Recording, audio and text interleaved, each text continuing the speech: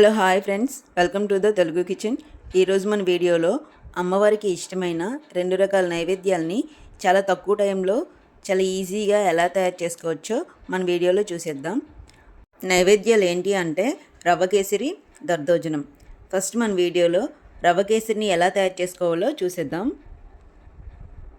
First stove on చేసుకొని మన దగ్గర ఉన్న ప్యాన్ కానీ లేదా ఇలాంటి ఇత్తడి గిన్నెని కానీ పెట్టుకోవాలి. మంటని మీడియం ఫ్లేమ్లో పెట్టి ఈ గిన్నెలో 1 స్పూన్ నెయ్యి వేసుకొని 1 కప్పు సుజీ రవ్వ వేసుకోవాలి. ఈ సుజీ రవ్వకి లైట్గా బ్రౌన్ కలర్ వచ్చేంత వరకు ఫ్రై చేసుకోవాలి.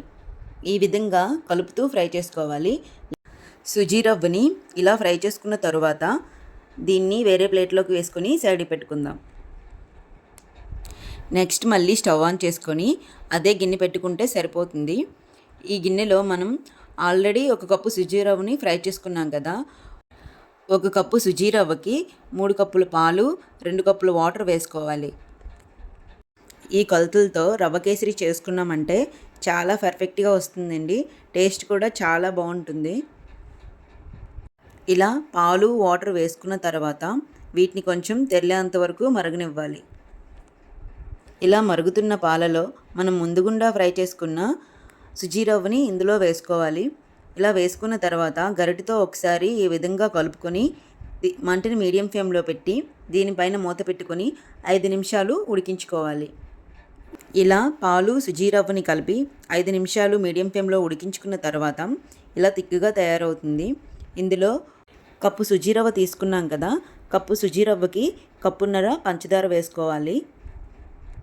స్వీట్ ఎక్కువగా తినే వాళ్ళైతే ఫుల్గా 2 కప్పులు పంచదార వేసుకున్నా పర్లేదు. ఇలా కప్పున్నర పంచదార వేసుకుంటే రవ్వ కేసరి అనేది పర్ఫెక్ట్గా వస్తుంది. పంచదార వేసుకున్న తర్వాత మంటని మీడియం ఫ్లేమ్లోనే ఉంచి గరిటెతో ఇలా కలుపుకోవాలి. చూడండి, ఇక్కడ పంచదార కరిగిన తర్వాత రవ్వ అనేది కొంచెం పలచబడుతుంది. ఇలా పల్చగా అయిన తర్వాత ఇందులో 1/2 టీ స్పూన్ ఇలాచీ వేసుకొని మంటని మీడియం ఫ్లేమ్లోనే ఉంచి 5 నిమిషాలు ఉడికించుకోవాలి.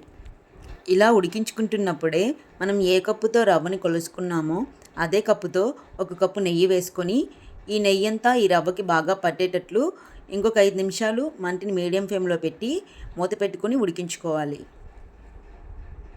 ఇప్పుడు వేరే సైడు స్టవ్ ఆన్ చేసుకొని ఇందులో 1 స్పూన్ నెయ్యి వేసుకోవాలి. నెయ్యి లైట్గా హీట్ ఎక్కిన తరువాత ఇందులో 2 స్పూన్స్ జీడిపప్పు వేసుకొని లైట్గా ఫ్రై చేసుకోవాలి. ఇలా ఫ్రై చేసుకున్న తర్వాత ఇందులో 2 స్పూన్స్ కిస్మిస్ వేసుకొని గోల్డెన్ బ్రౌన్ కలర్ వచ్చేంత వరకు ఫ్రై చేసుకోవాలి. ఇలా ఫ్రై చేసుకున్న జీడిపప్పు, కిస్మిస్ని మనం ఉడికించుకుంటున్న రవ్వలో వేసుకోవాలి.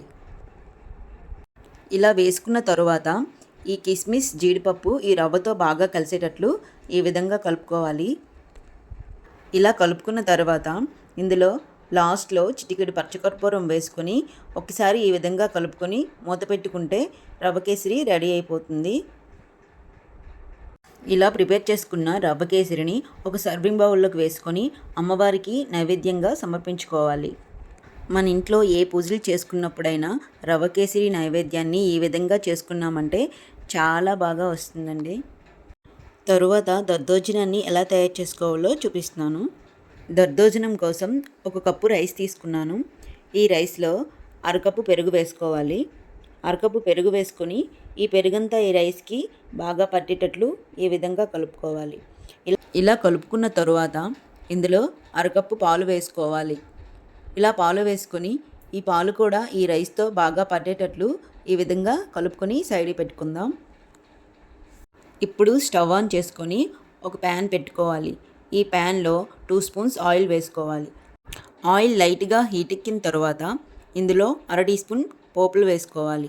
ఈ పోపులు కొంచెం చిటపటమన్న తర్వాత 1/2 టీ స్పూన్ శనగపప్పు వేసుకోవాలి.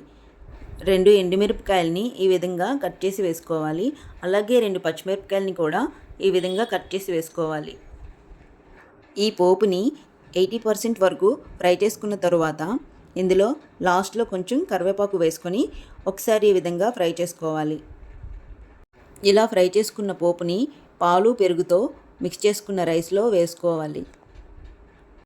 ఈ పోపంతా ఈ రైస్కి చక్కగా పట్టేటట్లు కలుపుకోవాలి. ఇలా కలుపుకున్నాం కదా, ఇప్పుడు 2 స్పూన్ల దానిమ్మ పిక్కలు వేసుకొని ఈ పిక్కలు ఈ రైస్తో బాగా కలిసేటట్లు మళ్ళీ ఇదే విధంగా కలుపుకొని ఇందులో టేస్ట్కి సరిపడ్డ సాల్ట్ వేసుకొని కలుపుకుంటే రెడీ అయిపోతుంది దద్దోజనం. ఇలా రెడీ చేసుకున్న దద్దోజనాన్ని ఒక సర్వింగ్ బౌల్లోకి వేసుకొని అమ్మవారికి నైవేద్యంగా నివేదించుకోవాలి. ఫస్ట్ టైం మీరు నా ఛానల్ని చూస్తున్నట్లయితే ప్లీజ్ లైక్ చేయండి, షేర్ చేయండి, సబ్స్క్రైబ్ చేయండి, పక్కనే ఉన్న బెల్ ఐకాన్ని క్లిక్ చేయండి. అలాగే మరెన్నో కొత్త వీడియోల కోసం నా ఛానల్ని ఫాలో అవ్వండి.